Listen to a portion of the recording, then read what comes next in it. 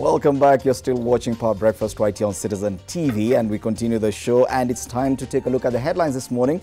And to help us do that, we have a Member of Parliament for Gishugu Njogu Barua, MP for Kiminini Chris Wamalwa, and on my right, Senator from Makueni County Mutula Kilonzo Jr. Karibu sana. Good morning, gentlemen. Thank you. Of course, the headlines today it's just pain and misery, of course, and it's not something we can ignore. I don't think it would even be right to start with any other story apart from what is happening in our health sector, and that has to do with the strike by health workers, both doctors and nurses, which enters day 2 today. Now, just looking at the pictures on the first few pages of both dailies today, striking doctors throw public hospitals countrywide into crisis.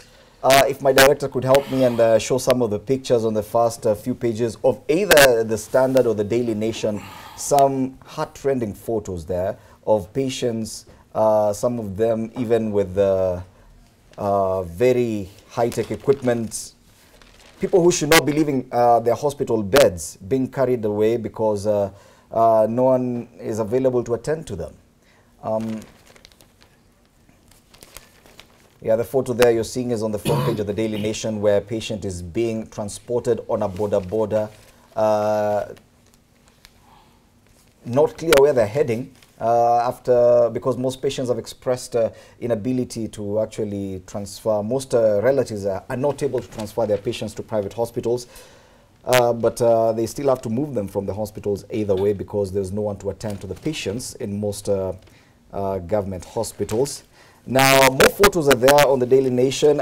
Some of the most interesting stories is an example on page 2 of the Daily Nation, where a male security guard helped a woman give birth outside the hospital as health practitioners boycott work. And then on the page 3 of the Standard, a helpless child deserted as patients leave hospitals, and that is baby Hope Awiti, who is physically challenged, resting on her bed at a Kisumu County Hospital, deserted word as doctors and nurses began their nationwide strike yesterday. Now, straight to my panelists, I do not know what you have to say about this. It's really painful. 1 week we're talking about success in the education sector. The following week we're talking about a crisis in the health sector. And it's a ping pong. When I think the lives of Kenyans, it's like a ping pong. You do not know if your happiness will be sustained, Senator. Kenya is truly an animal farm where all animals are not equal. And it's unfortunate that, and you have to draw a parallel. Although you say that there's relief in the education sector, it's not relief, it's just exams. The teachers are still the worst treated in the country, together with doctors. And the fundamental thing is that I think national government and county governments have failed in entirety in this sector. And you wonder why, because two things. It's not because of lack of money, because progressively since 2013, although we say the function of health is devolved up to 93%, except the procurement of drugs, which is done through KEMSA, the National Assembly has given the health docket more money for 3 years consecutively. They are now possibly at 64 billion shillings. Again, there's no reason or rhyme to that. Last year or 2 years ago, we did one of the most controversial procurements on medical facilities that cost the country 38 billion shillings. So ask yourself, in the health sector, what is the priority of government? Is it the manpower or is it the equipment? In this case, it looks like equipment. Number 4, we have never adhered to the declaration, Maputo. Is it Maputo? I can't remember it correctly. About budgets, which says that we're supposed to be at 15% of the budget, for the health sector. Yes. We are just above 4%. So with just 4%, we are most likely not going to meet the conditions of the health sector. But if you do it correspondingly to other sectors, you wonder why we have such large infrastructure projects that are costing this country so much money. Why we are borrowing excessively for other infrastructure development, and yet in any establishment, including this one, and any private enterprise, your biggest resource is the human resource. Yes. So if you don't take care of the human resource, it doesn't matter how much equipment we procure. It doesn't matter how beautiful our hospitals look. It doesn't matter how much we paint them. We are not going to succeed. Yes. Now, this push and pull between the county government and the central government, of course, that is part of the problem. Do you think probably it was premature to devolve health services so early into implementation of the new constitution? Should we have waited a while longer, actually, probably to build the structures first? I think, first and foremost, I want to say that it's very, very unfortunate and for whatever is happening. I've lost some of my friends, some of my constituents because of this strike. It's really, really unfortunate. And we're calling upon the national government and the county government to move with speed so that we can be able to resolve this matter. Now, on the issue of healthcare, we do know that it's devolved, but when it comes to policy, it's still at the national level. Yes. Now, in terms of preparedness, when it comes to matters of health, I don't think the county government were ready for this function. I think, and I remember during the discussions, people thought that we should have a health commission, the way the TSC works, because this is some sector that really needs a lot of focus. And some of the problems that we are facing in county governments is because of lack of preparedness. When you look at the Sustainable Development Goals, healthcare is actually very, very critical. And in our Bill of Rights, every Kenyan has a right to quality healthcare. And it's the responsibility of both the national government and the county government to ensure that this goes on successfully. We've heard about the issue of the CBA, the collective bargaining agreement. If an agreement was there, it was agreed, it's upon the government to fulfill whatever they had discussed, because they must have looked at the issues of the merits and demerits. But if at all it's true about this issue of the CBA, why is the government not fulfilling the CBA? You know, remember the shoe era knows where it pinches. It's very, very unfortunate that this strike is on. People are losing lives. And when it comes to matters of healthcare, it's not like other sectors, whereby in case of that strike, you can be able to, maybe let's talk about education, you can be able to extend 1 week to catch up with the syllabus. Yes. Healthcare is about matters of life and death. Yes. So the people who have died, are you going to save them? Yes. That's why His Excellency the President must stop whatever he's doing and look for a solution pertaining this issue. It is something which is very serious, is disaster, and it shows that the government is not focusing on its people. Yes. And that's why we are telling the governors, we are telling the president that they must stop whatever they are doing to get a lasting solution. We cannot afford to continue losing lives. Yes. Look at what happened to Mathare. The people who took off, these are people who are mentally challenged. You never know, they can go out there, they can be killed, or they can kill someone.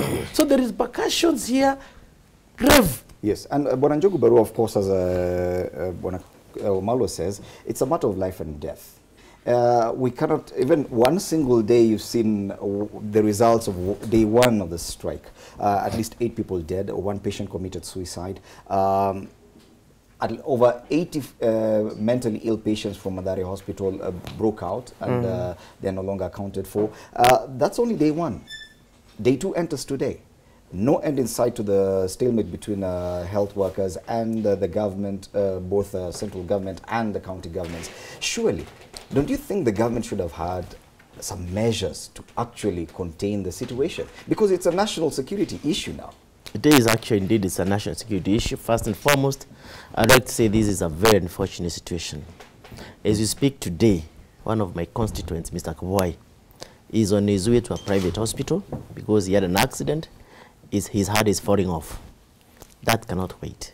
So the family has approached me, and they're organizing a quick fundraiser to have his heart fixed or else to go out.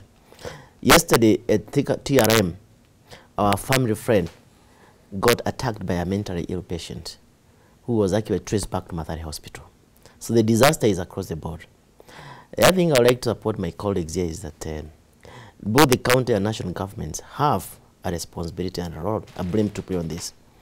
And coupled with that, this cannot be blamed on the last 3 years of devolution. I think, in my own view, it is a case of systemic failure from 1963, whereby we have never had a plan to fix healthcare from 63. We have never had a plan to fix education for since 1963. That's where teachers are still fighting for their rights up to today. And also the doctors have not really found a comfortable resting place in terms of salary. So what I'm saying is that the government, I'm also of the view that the government should give us a roadmap on how to fix this so that they can avoid these disasters in the future. Yes. When somebody is sick, it's not an experiment. It's a real thing. The person can die. People are going unattended, including this old man here in the Star newspaper who is suffering multiple burns. Where does he go for help? Finally, my comment is that as a nation, we need to have a complete plan of how to move forward.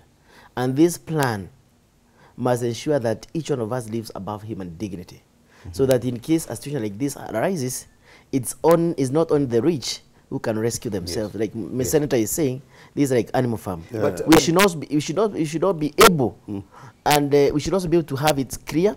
We should also have our public hospitals in the same capacity as private hospitals. When something like is it possible to have a contingency plan? Because to be honest, to these patients, they don't really care about the demands by doctors right now. When I'm unwell and I'm in a hospital bed, I just need the treatment.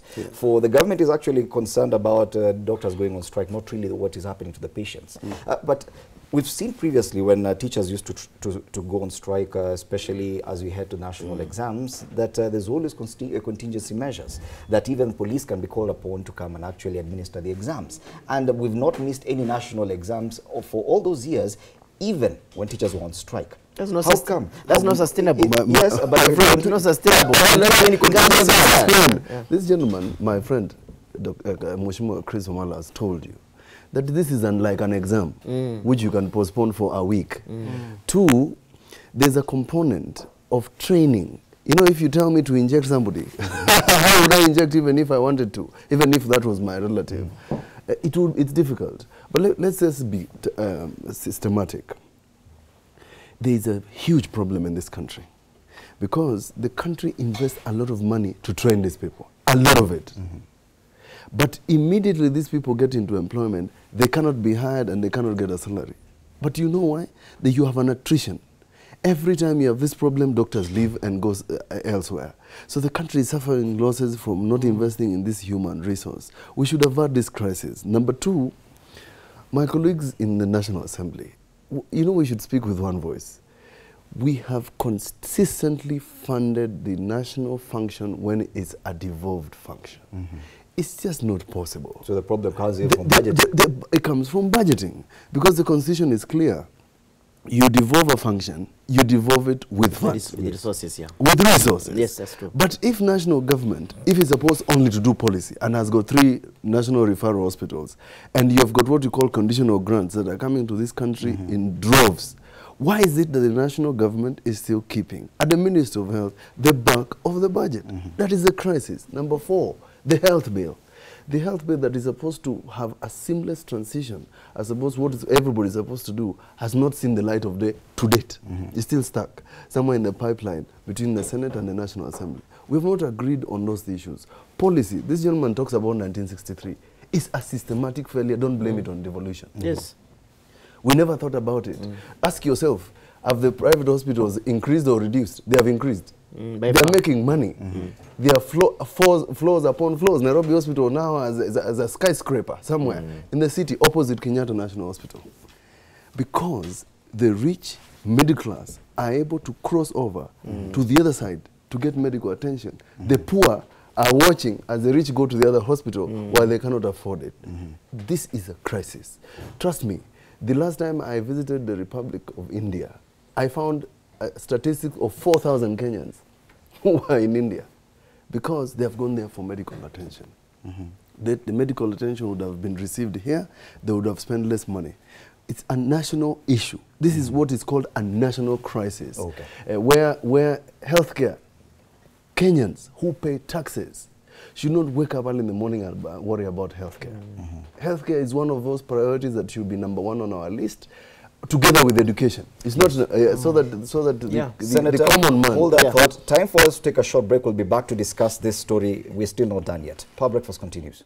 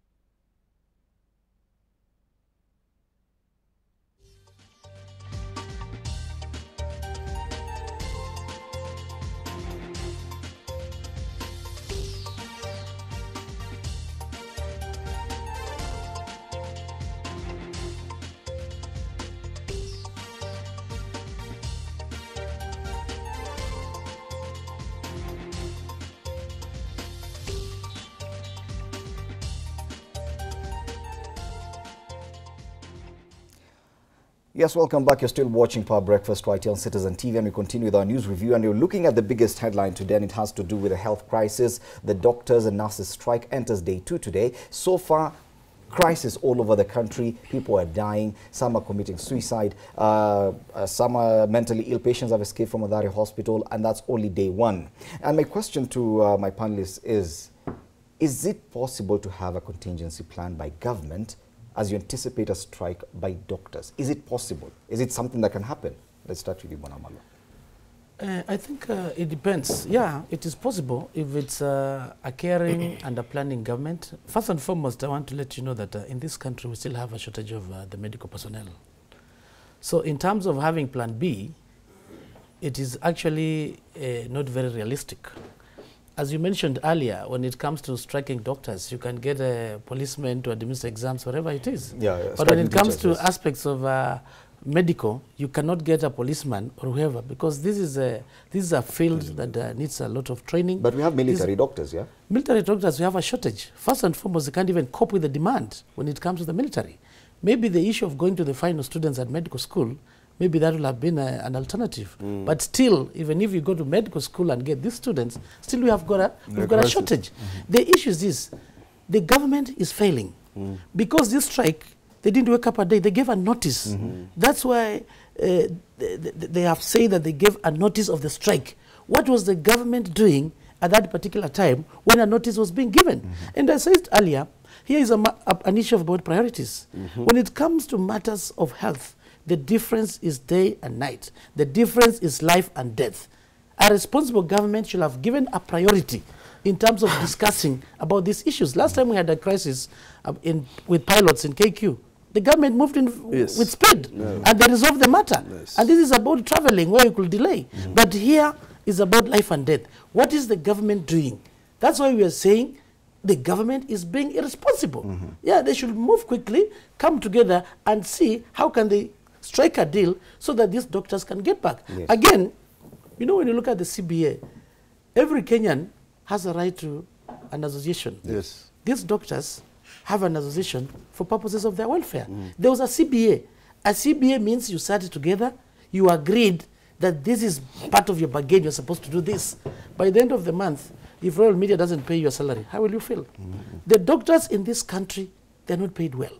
I can assure you. And a lot of this money which is supposed to be paying these doctors is going into wastages in terms of corruption. Look at the scandals we're having in this country. If at all we are going to manage this and limit this issue of corruption, there's enough money to pay the doctors. There's enough money to pay the teachers. But because of the problems of corruption, this money is going into wastages. And it's the responsibility of this government. Remember, President Kibaki used to say, a healthy nation is a working nation. If the nation is not healthy, it cannot be working. This issue is actually a crisis. And it's important that His Excellency the President, none other than His Excellency himself, must be on the front line to call these people, whether in State House, so that we can have a solution on what should be the way forward. And this should not be like tomorrow. It will be like yesterday. This is a big crisis. If Parliament was in session, I was going to move a motion of adjournment to discuss this crisis. Because we can't afford to lose Kenyans anymore. But Njogu Barua, of course, if we draw parallels with the education, what's happening in the education sector, CS Fred Matiang'i is receiving a lot of applause for the new changes and the success in how the national exams were administered. Do you think the CS in charge of health should take the blame when it comes to this crisis? I think many more people should be part of this blame. And I think I want to disagree with Honorable Amaro, my colleague, when he puts the blame squarely on the president. He's a CEO. I'm saying squarely on the president. There's something he can do about it, just like many other people in the channel, including our own parliament. We have a role to play in terms of budgeting. But what I'm saying is here is that for us to get out of these things once and for all, we need a sustainable solution. We need working institutions. We don't want all the time to be depending on the head of state for any emergency, It's be it in not hunger, direction. be it in, Absolutely. be it in, I mean, don't interrupt me, be it in whatever it is. Yeah, Even I know you don't like Uhuru because of the political persuasion. No, I like no, let's him, put but it that he's way my because no, he's. president. I don't. I'm not sure. This is The way you're putting it, he's Chris. my But president. Bwana Njogu Barua, when it comes to budgeting, as Yes. even as Yeah. a senator put it, it's a function of the National Assembly. That's exactly what I'm saying. I'm supporting the senator. Yes. We also have a So role you to agree, play. you agree that I the don't National agree, Assembly failed to some extent? I don't agree we fail, but I'm saying we all have a role to play, including the Senate, including the National Assembly, including the President, including the Minister. What you need to do is, can we have all of us doing what you're supposed to do so that we can save the health sector? If you don't work, if the county governments don't perform, however money you give them, something wrong is going to happen. Yes. Now, I know for a fact that the National Assembly is requesting for a special session to discuss CDF because they've been accused of, quite a number of MPs have been accused of misusing CDF in the previous parliament. Can I say And, something before CDF? I'm giving you an opportunity right now. But now, that has to do with CDF because Yes. the National Assembly is currently on recess. But, Senator, do you think the National Assembly should actually ask for a special session to discuss the health crisis? You should. Should. Let me tell you. Let me support Chris and say this. One, you know, there's Fafema saying about the buck stop somewhere. Yeah. This buck is not moving around, around places. The head of state is the head of government. And therefore, the head of state eventually must take blame for either the The misdeeds. same way they have accepted applause for the For success in Matiang'i, education. it's the same. Yes. It's the same. Or any other Yes, cabinet I secretary, agree. whether it's security or otherwise. So therefore, the point is this, that when the president is seen moving around and his deputy, promising many other things and other development issues that should naturally continue, when ideally it should be seated somewhere as appearing to be handling the crisis. Because, trust me, the CS has failed. He has waited to call for a meeting on the eve of the strike. It's as if you are calling their bluff. It's a matter of what Chris is talking about. And there's something we are not discussing here. That when somebody dies, when somebody is in hospital, it's a crisis for the country. When that person dies, it's another crisis for this country. Why? Because all these MPs will be called to Harambes. Somebody loses a breadwinner. It's a crisis for this economy to lose a person every day. Because there are many other expenses that are related. But what do we do about it? I've said that we have not prioritized the healthcare. We have ignored it. We have put it in the back burner. We think many other issues, if you look at the priorities in national government, that this is not a priority.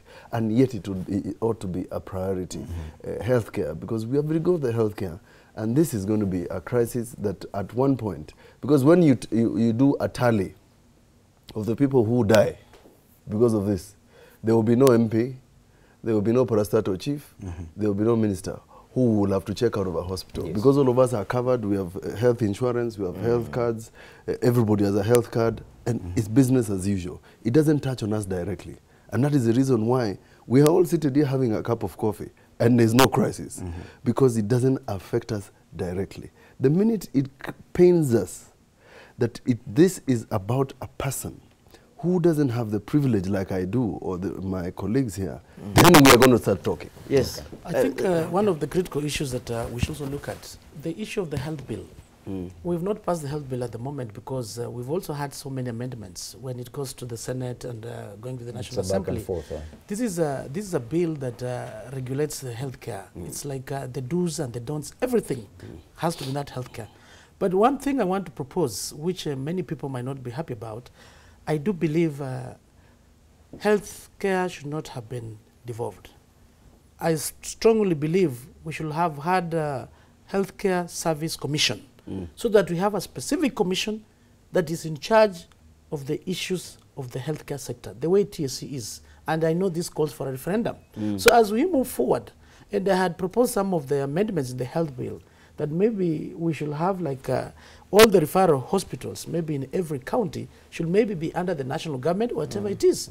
Right now, as Senator had initially indicated, you find that the national government is coming in to procure those equipment. Yes. And we've had problems with the governors. This is actually the docket that the governors are supposed to oversee.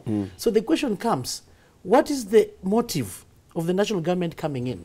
Already we've been told there's a lot of corruption issues when it comes to, we do not have a hiring policy at the moment. No. And we've seen big equipments. And that's why you saw many governors were unhappy about it, because they say there must have been a catch somewhere. Why is it that the national government And it's supposed just to be on the issue of policy. Some people have worked under duress to accept these particular equipments. Of course, equipments are important when it comes to diagnosis, everything. True. But human resource is paramount. Yes. Because those equipments cannot run on their own without the manpower. And this manpower their welfare must be improved. And that's why I'm focusing around the CBA. So maybe it's the highest time that we must relook at the issue of healthcare and maybe go for a referendum and see that this healthcare, maybe it was devolved when it was prematurely, the counties were not yet ready, and even the national government in terms of policy formulation is failing. We must have a healthcare service commission. Are you in agreement with Bwana Wamalwa that probably we should reconsider devolving healthcare? One thing we all agree here, this is a national issue. This is not a party issue. It's not an individual issue. It's a national issue which is serious. I want to agree with Wamalwa and my colleague is that how health services were devolved too soon, without first of all even establish the capacities of the implementers on the ground. If you go at any county today, take it randomly, you not get adequate capacity to do implementation of healthcare facilities, services. But the other point I was saying here is that I was, maybe the center caught me out of context. I was not saying that the president does not have a role to play. Yes, yes. But what I was saying is that there is more than that. First of all, there is a systemic failure. It is the 4th president of Kenya. We have had 4 presidents and a prime minister, serious people who would have made their input to ensure that there is progressive improvement of the health services profession in Kenya. The other thing which is said by Chris here, Honorable Chris Wamalwa, is that we need to have, it could have been better if you had a health services authority or commission, whatever it is. And that's what I'm saying. We need to have proper institutions. When teachers go on strike today, before you got the president, you got the Teacher Service Commission, because the issue just exists. So I'm saying you need to have, this game needs to be played by many players, the head of state, the minister, the county governors, and the commission, for us to get a sustainable solution and also get a model that is lasting. If this country, the way it is, our economy is, cannot be able to support Medicare 100% in a sustainable manner for another maybe 20, 30 years, we need to rethink our model and our strategy. Do you think the problem would have been different if at all it was just the national government handling the health system? National government has mishandled this since 1963, and he has mentioned. And let me say this, the part of the devolution that has not worked in the healthcare is the manpower. The purpose Chris is propagating, and I agree to some extent on the health commission, which was what the doctors wanted, was the handling of manpower. You're talking about hiring. How do you hire a doctor in Makueni? Imagine. You understand? So who is hiring that doctor in Makueni? The governors have even troublized this issue to the extent that you cannot hire Kikuyu in Makueni and vice versa and things like those. It's a healthcare manpower issue, mismanagement. They've mismanaged. But there's another one. You know, we're in 2016. The population in 10 years is going to increase. What is the policy at national level about training of doctors and sustaining them in this sector? My friend, those are the things we are talking about. The WHO standard says for every 1,000 you have one doctor. 1,000 people. In Kenya, we had 6,200 in 2016. In 10 years, the situation is going to get worse. So what are we saying? This is a crisis.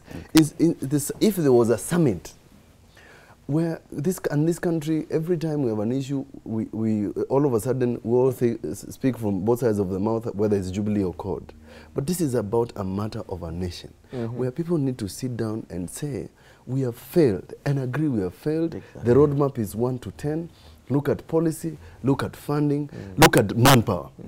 So that the doctors, since they know how to handle this, you can handle it. Nurses, the other day you are training nurses. These nurses are going to work abroad. They are going to South Africa, where they are getting more pay.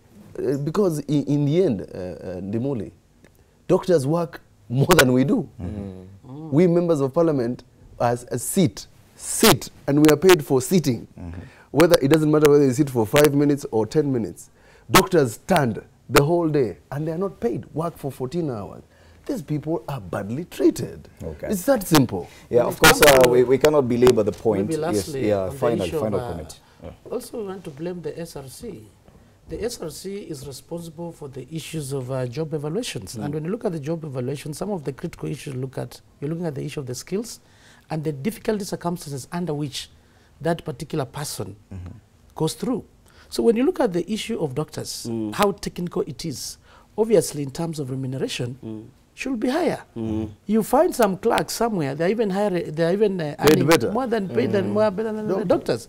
And when you compare with the WHO standards, we are way below. And my way forward, my advice is, and this is to His Excellency the President, because the buck stops at him, and just like when you read the Bible, in the book of Isaiah, chapter 1, verse 18, the Bible says, Njooni tusemezane. Please, Come, let's can talk. we come reason together to call the doctors, the representatives, the nurses, the ministries, the governors, so that we find a lasting solution? Yes. Your Excellency the President, we can't wait anymore. For how long are we going to wait for the Kenyans to die before you call these people maybe to State House for that collective discussion? Of course, this story continues making headlines. Remember, it's only day 2. Day 2 of the nurses and doctors strike countrywide begins today. Day 1 saw quite a number of deaths. At least 8 people died. 70 other mentally ill patients escaped from the Mathare Mental Hospital here in Nairobi. And you can only wait to see what happens today. Hopefully, there will be a solution, as Bwana Chris Omalo even quoted the Bible. Now, let's move on to another story. And the only other story that probably shares the front page with this story about the health crisis has to do with education. And we can see the photos of the CS for Education, Fred Matiang'i, on both the Daily Nation and the Standard. On the Standard, the headline is, Teacher of Tomorrow to have higher qualifications. The minimum entry requirement for teachers will be raised and their mastery of content emphasized under the new education curriculum reforms. Now, on the Daily Nation, 400 schools face closure, and that's the headline we want to discuss, because that story is also on the back page of the Daily Nation. Let me read a bit. More than 400 private schools face closure over poor learning standards and failure to follow the standard curricula. A report by NAT and Education International, an NGO, called for the closure of Bridge International Academies, among other schools. Now, this has to do with the quality of education. And we saw a few months back when the CS was still very new in the ministry, and that's why he got the title Magufuli, when he raided some of these Bridge Academies and found dilapidated classrooms. Some of them didn't have even amenities, sanitation amenities. Now we're seeing 400 of them will face closure. Bwana Omalwa. I want to disagree with Magufuli. And Magufuli, in this case, referring to CS Matiang'i. Matiang'i has done well when it comes to the aspects of exams, but he has not done well in the entire education sector. Right now, I can tell you, we still have a shortage of teachers. I had an opportunity to visit one of these schools in my constituency called Bridge International. And by the way, they are doing a wonderful job. In my constituency, as we speak right now, these schools are there, and mostly you find the poor people who are going there. These are schools you find they are labeling themselves green, green, green. I didn't know about it. And when I went there, even the results, they're actually posting more than 400 marks when it comes to the issue of MINSCO. So to me, here he has failed. Because as we speak right now, even in many of the schools that are having government schools, we do not have trained teachers. We are having UT and trained teachers because of the shortage of teachers from the TSC. So the minister here, he's failing. He must have a consultative approach, because I've seen even my constituents, the parents calling me, Mheshimiwa, what is happening? Where are our children going to go when it comes to next year? Because these schools, I've seen them posting very good performance, way ahead of even the public schools. So what we need to know is that we must have this consultative approach. In the first place, these schools are existing because of the minister's regulation, which allow them to do this. And we should have a law in place that actually legitimizes the existence of this school, maybe in the format of the PPPM. Yes. This is a public-private partnership. Yes. This is something that the government should follow. Because when it comes to performance, I've seen them posting very good results. But those teachers, they are also going through some internal training, because we don't have enough doctors, enough teachers. So it is a responsibility again of the government. when you look at Article 43 of the Constitution, that every Kenyan has a right to education. The Sustainable Development Goals, I think goal number 4, so it says we must access to quality education. Yes. So if at all these schools are coming in to complement what the government is doing, so be it. Yes. So we Manager can't Barua. close these Yes. schools. Where will these children go to? Yes. And we don't have enough teachers. We have to and admit- already they're providing quality education. Yeah, we have to admit that even with the free primary education, the advent of free primary education, the schools are still not enough. So when there's an entry like we see with the Bridge International Academies, should the solution be to close them down or really to regulate them as Chris Ombalo is suggesting? First and foremost, I would like to clear the minister from this blame because to begin with, this is not a report of his ministry. It's a report by the NAT and an NGO. I don't see where the minister is coming in. Number 2, this is another national issue. This another issue we should not argue emotionally. Is an issue we should argue and try to implement it systematically for the benefit of our children and the community. Number 3, C.S. Matiang'i has been there as a minister for education but just about a year. He has not been there for eternity to say that he has failed. And for you to judge that he has failed, he should have really stayed in that office for some time, like they used to have in the previous governments. So I think Matiang'i is doing his bit. In terms of closing the school, I don't fully agree. Because I think as Chris is talking about SDGs, SDG on education is talking about access and quality. So any school or all schools should be assessed on basis of quality. Because existence of the school gives access. Is there quality? That's what we should actually assess. If there's no quality, can you do some improvement to ensure that that quality is actually seen to be there so that you don't actually deny children from poor communities, children who cannot access education from any other institution from going to school. Yes. So I think the issue I have, in my own opinion, for this is not to close. That would not, if I was minister, I would not go by closing. I'd go by assessment and filling the gaps that do exist. Senator, any thoughts on this? Yes. A nation that doesn't have a standard is a nation that exists somewhere. You know, this like what they used to call in law, somebody called Hobbes, when he says, when there was no law, life was nasty, brutish, and short. Now, when it comes to, and that's why I disagree with Chris, when you talk about healthcare, you're saying, do not have quack doctors. Make sure that you have the best standards when it comes to healthcare. Why can't we have the same standards on education? So you must have a common standard. Every child who has a right to education in this country must have a common standard. The same way if you go to a court, we say equal access to justice. You're saying people should not have more than the other. So how do you balance this? You have to balance it by setting a standard. Yeah. So what is the standard? So although Chris Ombalo is affected because these are his constituents and they are voting for him, other than the fact that they are voting for him, which is an interest for everybody. I need an opportunity to defend myself. The fact is that you cannot have and prescribe a different standard. If somebody does not comply, it doesn't comply. Yes. This is not the part where you turn a blind eye. You turn a blind eye because it's convenient.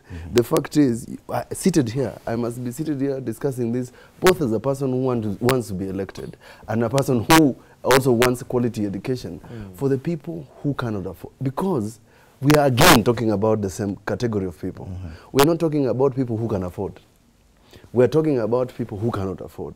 Now, I also disagree with him. And that is why I think Fred Matiang'i is doing well. Education is not about pass mark.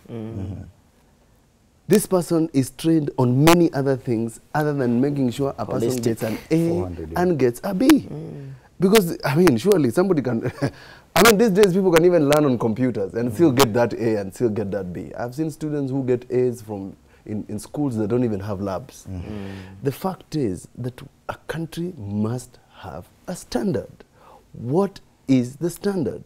You might not agree with the closure, but what is the solution? Do you then tell them, continue, but comply with the standard and give them a deadline? You must mitigate, but you must agree to a standard. Yes, I want What to is mention this mitigate, to Senator. There's something called process mapping. When it comes to process mapping, you look at the inputs and the outputs. If the inputs are of low quality, it goes without saying that the output will also be compromised. But in this case, we are saying when you look at these schools, the output, the only way you can measure performance is through the mean score. Yeah, and if the mean score being posted is good. positive, like you are getting students, pupils performing more than 400 marks, that explains that the inputs were of quality. That's one. Secondly, these schools, they didn't just come in existence. There are some parameters which were put in place before you exist. But what do you say to the fact that probably some of the teachers teaching in these schools are not even registered by the Teachers Service Commission? Now, let me explain. Even in public schools, we have people teaching, and yet they are not registered by the TSC. It is because of the shortage of the teachers we have in this country. And when you go for a P1 training, one of the critical standards is you must have scored a C and above. I took time to go to these schools because when I saw the performance was very good, I want to know what kind of teachers are they. Okay? So when I went there, the teachers who are teaching these pupils, of course, they have a minimum. In fact, we have people who are even graduates. We have people who scored even a B, and the minimum is C before you go for the teachers' training. And I asked them, how do you, they also go through their trainings. They have an internal training which is based on that curriculum when it comes to those training schools. And this issue is coming in because they're coming in to close the gap. To close the gap, we have the shortage of teachers, we have the shortage of schools. Do you think, as the senator says, they should be subjected to some level of standards? Standards are there. Yeah. I'm not saying, I don't want you to misinterpret. Yes. I'm not saying that standards must be compromised. No. Yes. No. Standards should not be compromised.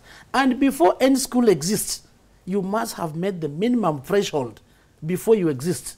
And as I talked about the process mapping, which I want Senator to understand, the issues of input and output. Okay? So if the output, process, you can ask engineers, maybe I can give you some brief lectures. So when you talk about process mapping, That's what you are saying. absolutely. And the here is this. The here is this, because I went further to probe. Because you could say the same about exam cheating. Because No, just a minute, I'm not finished. Because you get marks So to the cheating. teachers, Yeah, those the things, yeah. teachers who are teaching, they are of quality. They are not of quality. They are of quality. As I said, some are graduates, and they are working in as UT and trained teachers. Okay? And this is coming in because we don't have enough teachers in this country. So the issue of quality, I've gone there and I've seen the quality is not compromised. They meet the standards in terms of the threshold. And that's why the output, you can be able to see, these children are even joining national schools. Chris, but the way forward, what the government should do, what Matiang'i should do, because we must appreciate. Because what the headline here reads, they face closure over standards. Absolutely. But I'm saying they are not below standards. Yeah. They are of the standards. But the government needs to come in the process of PPP, the private-public partnership, so that they can see how do we improve whatever is existing, maybe through legislation or whatever it is, so that they can continue supplementing, complementing what the government is offering. Of course, Because we have a gap. the CS has said that he has put together a team from Quality Assurance in the Yeah. Kenya Institute of Yes, that's Curriculum very Excellence to look into the issue. Absolutely. So it has to do That's with good. standards. Yeah. As we wrap up this discussion on education, before we take a short break and come back to discuss politics now that we are privileged to have you here, of course, we know that you engineered the Ranking. the Ranking, bill that ranking. reintroduced ranking of schools. But last week, Dr. Fred Matiang'i said that this time around there will be no ranking in schools because of some reasons. Do you agree with him?